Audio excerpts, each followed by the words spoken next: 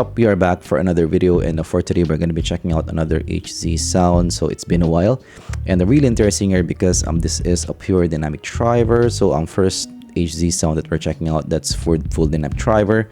So this is the white snow, and it has that maybe moontrap style of packaging. And actually I do love the vocals in the heart meter, so hopefully it is something like that here as well. All right, so this is gonna be your unboxing experience. It says 0.78 2-pin connector, and that is your HZSound. There you go. And of course, in typical zpolt channel fashion, we're gonna guess the price of this later. And you're getting some cables, and a pretty nice quality cable actually, quite glossy, and feels quite silky in the hand.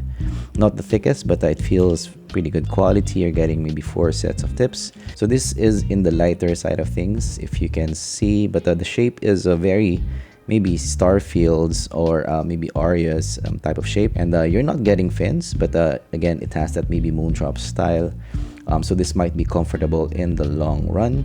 And you're getting a see-through design as well, so you can definitely see that dynamic driver. All right, so this is how it looks like.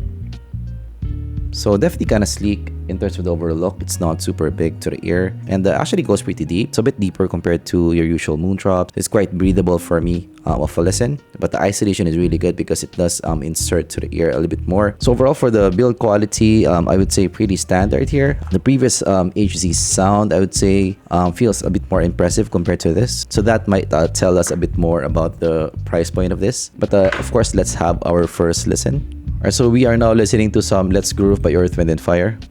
First impressions here, this does have a lot of shimmer for me on top, a lot of shine for me on top.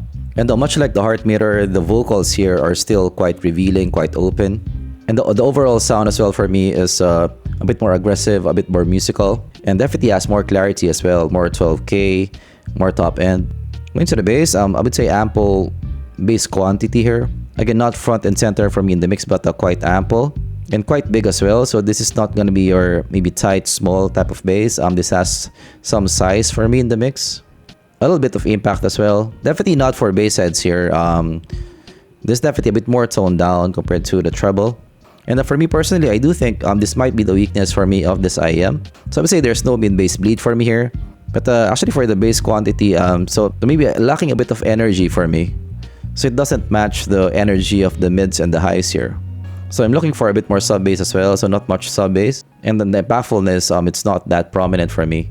Let's go to some September by Earth, Wind & Fire for some vocals. Going to some vocals, so definitely this is one of the strengths for me of this IEM, so much like the heart meters. The vocal presentation has some smoothness, has some thickness, and very much revealing for the presentation as well. Definitely in the brighter side of presentation. Quite revealing, quite open. Maybe a touch of sibilance there as well, so it's that revealing, that aggressive of a presentation.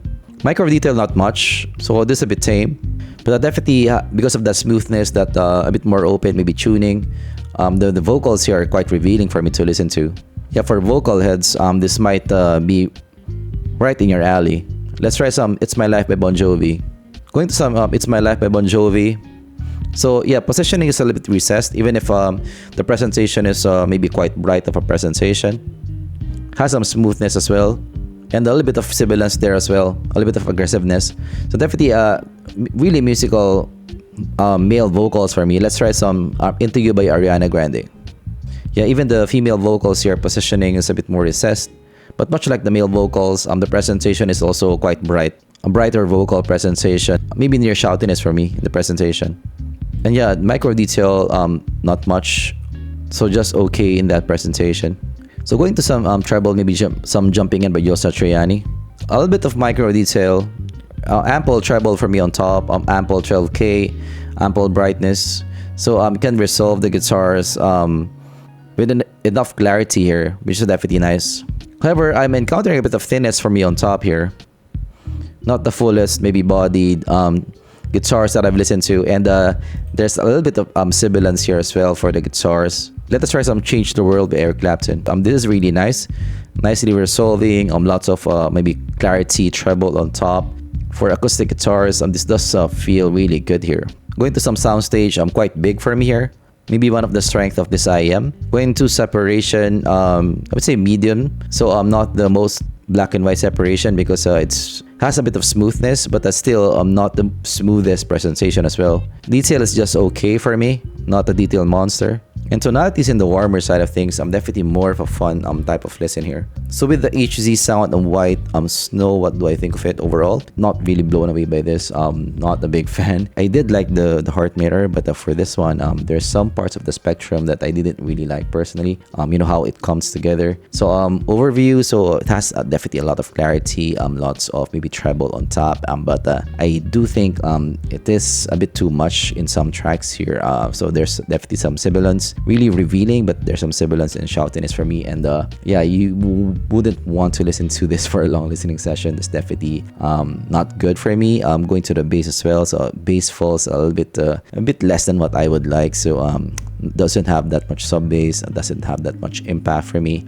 Kind of falls flat in that regard. It's just the mids that I am okay with. So the mids are quite maybe open of presentation, has some aggressiveness, a little bit of shoutiness there. So not as much as the sibilance for me on top, but definitely the mids is much like the heart mirror. I do like the mids there as well. I do like the vocals. So much like that, this is quite nice mids as well. But yeah, the top end and the bass for me is a bit falls flat for me. Alright, so for the price point of this, so the technicalities is not there. And the tuning as well, not so much. So I would have to say this is maybe in the cheaper side of things. So maybe around $20 to $30 around this price point. Okay, so it came from $36 and it came down to $21. So yeah, it's around there in the price point and the build quality as well. So would I recommend this for $20? It's gonna be a hard sell for me for $20. I do prefer other IEMs there, especially the Q2s, maybe the Sound Notes of the world. So I do like that over this. Yeah, that's my take with the HZSound White Snow. Of course, if you learned something, leave a like and subscribe for content like this in the future. Have you heard of this? Do you like this over the Sound Notes and Trues? Why do you like it? Let me know down in the comments below.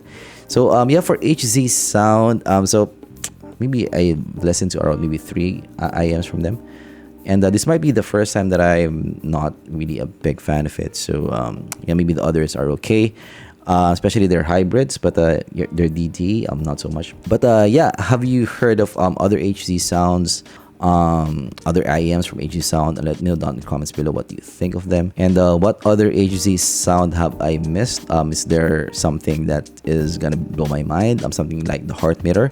Let me know down in the comments below. Thanks for watching, and I'm gonna see you guys in the next zpolt review. Goodbye.